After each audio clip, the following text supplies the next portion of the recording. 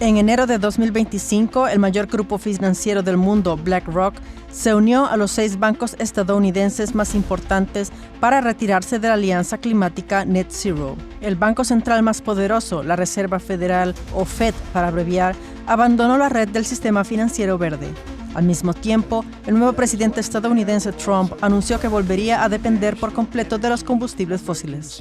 We will drill, baby, drill. Ante los fenómenos meteorológicos extremos, muchos jóvenes se implican en movimientos climáticos como Fridays for Future o Extinction Rebellion. La retirada de los principales inversores debe parecer una bofetada en la cara. Para clasificar mejor los acontecimientos actuales, echemos primero un vistazo a los orígenes de los movimientos de protección al clima. Primero, surgimiento del movimiento por el clima. En 2006, el político y empresario estadounidense Al Gore se enfrentó por primera vez al público mundial con la película Una verdad incómoda. Esto pinta un escenario catastrófico causado por el calentamiento global provocado por el hombre. Gore es multimillonario y fue el 45º vicepresidente de Estados Unidos bajo la presidencia de Bill Clinton. Al Gore predijo en julio de 2008: "Nuestro rumbo actual no es sostenible en absoluto. Científicos de todo el mundo nos dicen que quizá nos queden menos de 10 años en los que tenemos la oportunidad de hacer cambios drásticos para evitar los efectos catastróficos de la crisis climática. Y la única forma de asumir la responsabilidad es llegar a la raíz del problema, es decir, la quema de combustibles fósiles". A partir de ahora, toda la atención se centró en la reducción de las emisiones de CO2 como causa de todos los males. Los gastos de relaciones públicas de Gore para ganarse al público se estiman en $300 millones solo en 2009. Al Gore, por ejemplo, fundó organizaciones que formaban a los llamados líderes climáticos. De ahí surgieron movimientos como Fridays for Future y Extinction Rebellion. Se promocionó específicamente a ídolos como Greta Thunberg, Luisa Neubauer y Alexandria Ocasio-Cortez, y se creó una gran red climática. 2. Las nuevas tecnologías como un modelo de negocio para los superricos. En la percepción pública fueron precisamente estos activistas, como Greta Thunberg, quienes presionaron a los políticos mediante protestas mediáticas. Pero, ¿es correcta esta percepción pública? Años antes de la primera aparición pública de Greta Thunberg, el Banco Mundial y el FEM ya marcaban el rumbo de una nueva política climática. Años antes de que comenzaran las protestas contra el cambio climático, los gigantes financieros también empezaron a invertir cientos de miles de millones de futuros fondos de inversión en empresas climáticas, a menudo sin valor, y a ampliar sus capacidades de producción.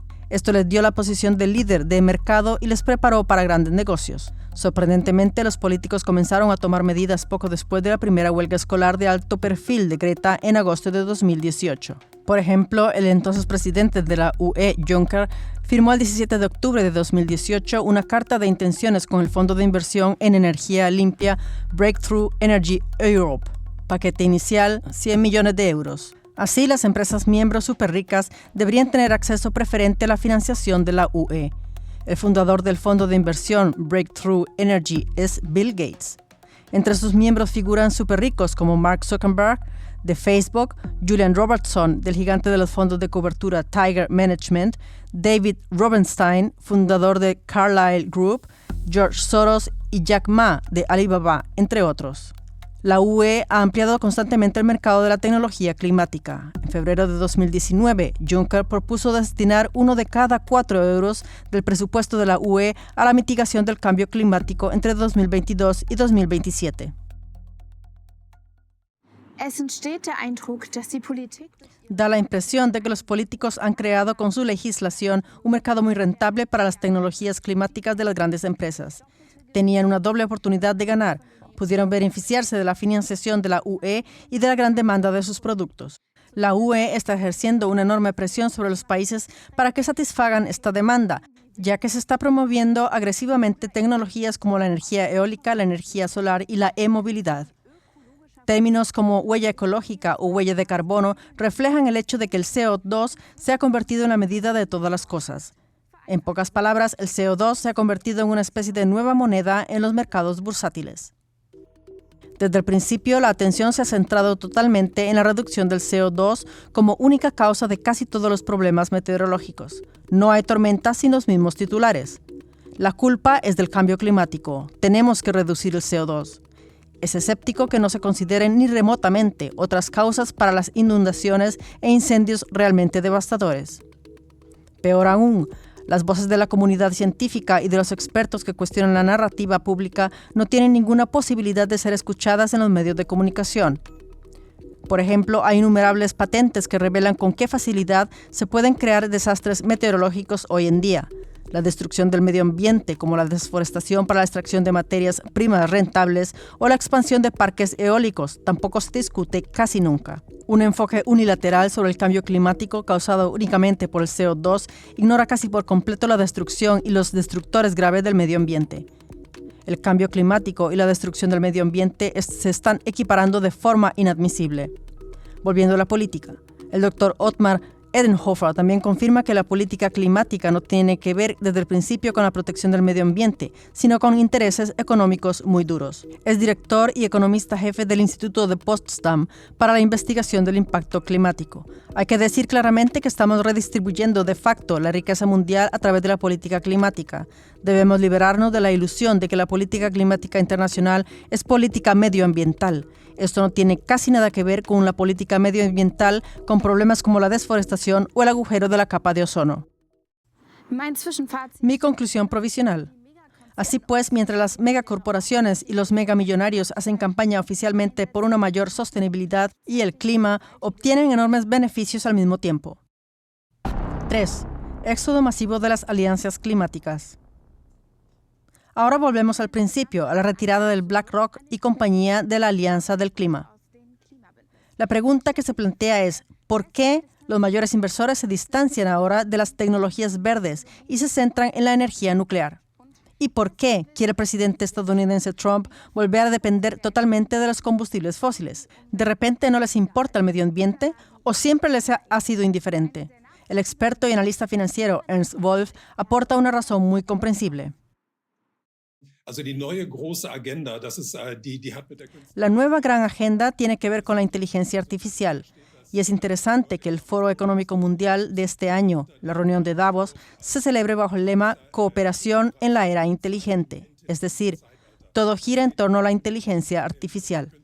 Y la inteligencia artificial se ha mencionado una y otra vez recientemente, especialmente aquí en Suiza, en todos los informes sobre el Foro Económico Mundial. Y siempre se describe no como una amenaza, sino como algo que creará nuevos puestos de trabajo, por lo que no tenemos que preocuparnos en absoluto. Es exactamente lo contrario. Así que los poderosos tienen naturalmente un gran interés en impulsar esta inteligencia artificial porque también se puede ganar mucho dinero con ella. También es interesante señalar que BlackRock acaba de retirarse de la iniciativa Net Zero de las Naciones Unidas, porque ya no nos centramos en el cambio climático, sino en la energía nuclear. Y como las centrales nucleares no pueden construirse tan deprisa, por lo que pasarán algunos años, posiblemente varios, antes de que estén listas para su uso, de momento tenemos que depender de los combustibles fósiles. Y si confías en ellos, entonces no puedes ceñirte a la agenda climática. Es interesante que ninguno de ellos haya dicho nunca que haya que suprimir el impuesto sobre las emisiones de CO2.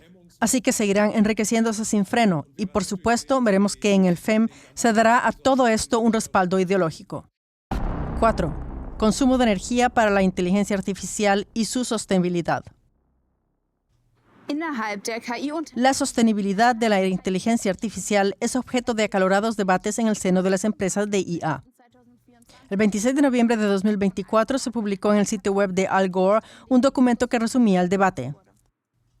Según una estimación, el GPT-4 de OpenAI requirió 50 gigavatios hora de electricidad para entrenarse, lo que equivale aproximadamente al consumo anual de una pequeña ciudad. A medida que los modelos de IA mejoran, requieren centros de datos cada vez más grandes. Zuckerberg dijo que podría necesitarse una central eléctrica entera para hacer funcionar un solo centro de datos.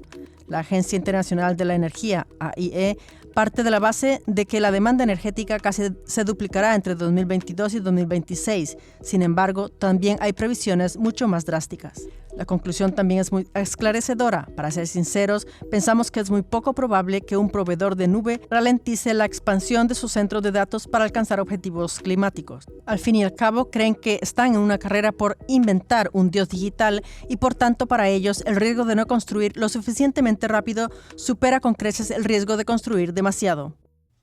La razón por la que los más poderosos están cambiando de rumbo, alejándose de las energías alternativas, es la siguiente. La energía verde no basta para la expansión de una red digital global y de la inteligencia artificial. Resumamos de nuevo.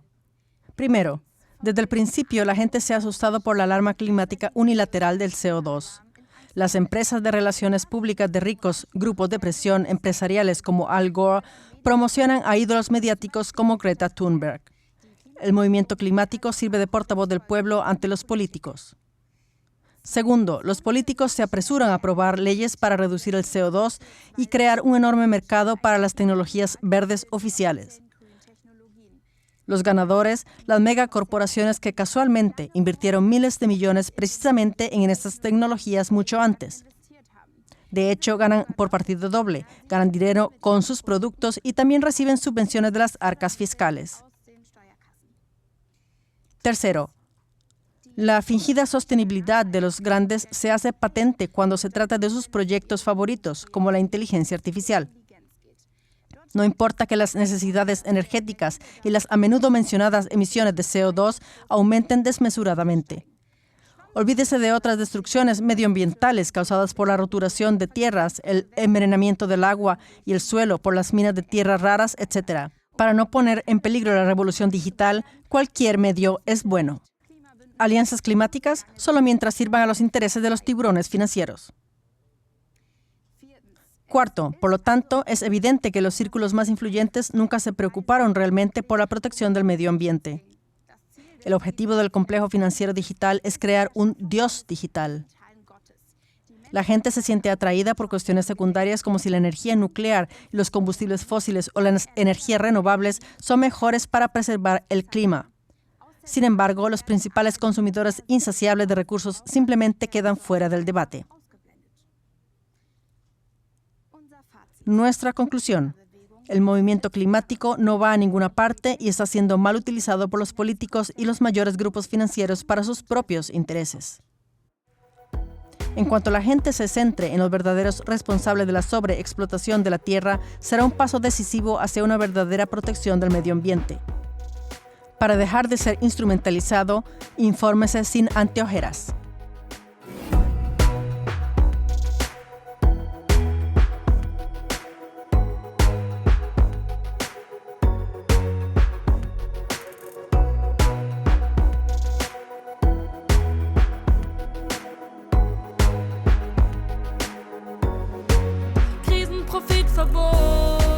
Krisenprofitverbot, Krisenprofitverbot, Profitverbot. Hey, niemand soll sich bereichern, an der Krise bereichern. Niemand soll sich bereichern. Kommt dir das nicht alles langsam auch etwas ulkig vor? Hast du nicht dieselben Fragen? Komm, wir fragen sie im Chor.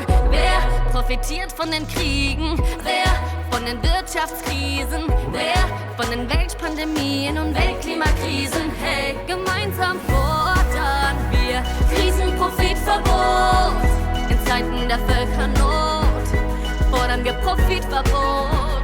Wann immer Geld regiert, herrscht Korruption. Das setzen wir die Endstation der Krise durch Profitverbot. Krisenprofitverbot. Krisenprofitverbot. Krisenprofitverbot. Profitverbot. Hey, niemand soll sich bereichern, an der Krise bereichern. Niemand soll sich bereichern. Ja, ja, hey, hier ist nichts okay. Kommt besser jetzt ans Licht, denn das Volksgericht wird euch zur Rede stellen. Ja, ja, hey, hier ist nichts okay. Kommt besser jetzt ans Licht, denn das Volksgericht